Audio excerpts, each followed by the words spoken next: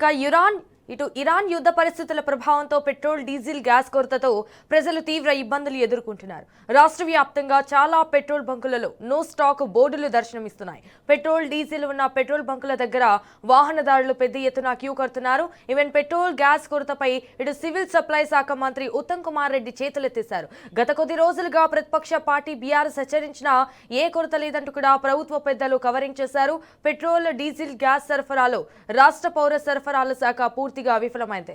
ఇంత జరుగుతున్నా ఇప్పటి వరకు స్పందించని ప్రభుత్వంపై ప్రజలైతే మండిపడుతున్నారు.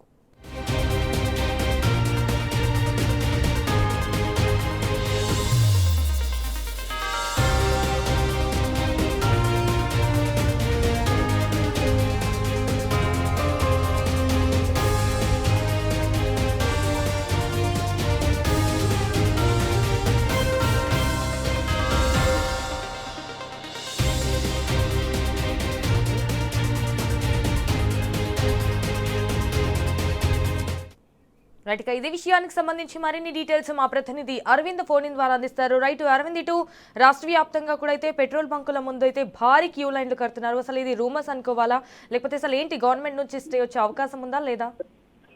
ప్రధానంగా నగరంలో ఏ బంకు చూసినా కూడా పెట్రోల్ సంక్షోభం, డీజిల్ గ్యాస్ సంక్షోభంతో కూడా ఎదుర్కొంటుందంటూ కూడా ప్రజలు ఆవేదన వ్యక్తం చేస్తున్నారు. ఎక్కడ పెట్రోల్ అయిపోతుంది, ఎక్కడ డీజిల్ అయిపోతుందని ఆవేదనతో కూడా ప్రజలందరూ, వాహనదారులందరూ కూడా బంకుల దగ్గర ఇప్పటికే జనాలు బారులు తిరిగి ఉన్నారు. ప్రధానంగా కొన్ని బంకుల్లో ఇప్పటికే పెట్రోల్, డీజిల్, గ్యాస్ ఏమీ లేదు అంటూ కూడా నో స్టాక్ బోర్డు అంటూ కూడా కొన్ని బంకులలో పెట్టారు. మరికొన్ని బంకులలో కూడా గంటల తరబడి, కిలోమీటర్ల మేరకు కూడా లైన్ కూడా ఉంటుంది. దీని వల్ల కూడా ఎక్కువ ట్రాఫిక్ జామ్ అయ్యే అవకాశాలు ఉన్నాయంటూ కూడా ఇప్పటికే బంకు యాజమాన్యం కూడా అటు వాహనదారులు కూడా ఇప్పటికే ఇది తెలియజేస్తున్నారు. ప్రధానంగా ఏదైతే యుద్ధ సంక్షోభం వల్ల కూడా ఇప్పటికే కొన్ని ప్రాంతాల్లో కూడా అటు హైదరాబాద్ నగరంలో కానీ, తెలంగాణ ప్రాంతంలో కానీ ఇప్పటికే కొన్ని ప్రాంతాల్లో పెట్రోల్ సంక్షోభం, అటు డీజిల్ సంక్షోభం మరింత ఎక్కువగా ఉండే అవకాశాలు ఉన్నాయంటూ కూడా తెలియజేస్తున్నారు. రాత్రి సమయం నుండి కూడా క్యూ లైన్లలో వేచి ఉన్న, గంటల తరబడి వేచి ఉన్న, కిలోమీటర్ల మేరకు వేచి ఉన్నా కూడా పెట్రోల్, డీజిల్ దొరుకుదా అనే ఆలోచనలో కూడా ఇప్పటికే ప్రజలు ఆవేదన వ్యక్తం చేస్తున్నారు. కేంద్ర రాష్ట్ర ప్రభుత్వాలు కూడా దీనిపైన చర్యలు తీసుకోవాలి. గతంలో కూడా బీఆర్ఎస్ పార్టీ అనేక సార్లు కూడా రాష్ట్ర అసెంబ్లీలో కానీ ప్రభుత్వానికి కూడా అనేక సార్లు చెప్తుంది డీజిల్, పెట్రోల్ సంక్షోభం వచ్చే పరిస్థితిలా ఉంది, దానిపైన చర్యలు తీసుకున్నట్టు కూడా మంత్రివర్గాన్ని చెప్పారు. అప్పటికి కూడా మంత్రివర్గం చేతులెత్తే పరిస్థితి కూడా కనిపించింది. నగరంలో మాత్రం ఏ బంకు దగ్గర చూసినా ఇప్పటికే జనాలు బారులు తీరే పరిస్థితి కూడా కనిపిస్తుంది. అటు ఆటోలకు, ప్రధానంగా ఆటోలకు కూడా ఎక్కడ గ్యాస్ లేక ఆటోలు, ప్యాసింజర్ ఆటోలు తీయలేని పరిస్థితి కూడా కనిపిస్తుంది. మరికొన్ని ప్రాంతాల్లో ఓలా, ఊబర్ క్యాబ్లు కూడా గ్యాస్ తో నడుస్తాయి కాబట్టి ఎల్పిజి గ్యాస్ కూడా తీవ్రంగా సంక్షోభంలో ఉంది కాబట్టి ఎల్పిజి సంబంధించిన వాహనాలు కూడా తీసే పరిస్థితి కూడా కనిపించలేదు.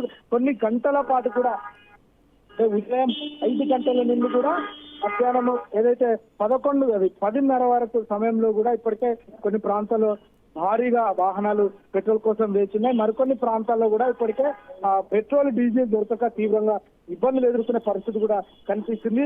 అది నిన్న 2 రోజులు కూడా కొంచెం మోడరేట్ గా ఉండే, ఈ రోజు కూడా పెట్రోల్ బంకులలో కూడా పరిస్థితి కొంచెం తీవ్రంగా ఉండే పరిస్థితి కూడా కనిపిస్తుంది. ఎందుకంటే ఉదయం సమయం నుండి కూడా జనాలు బారులు తీరే పరిస్థితి కూడా కనిపిస్తుంది.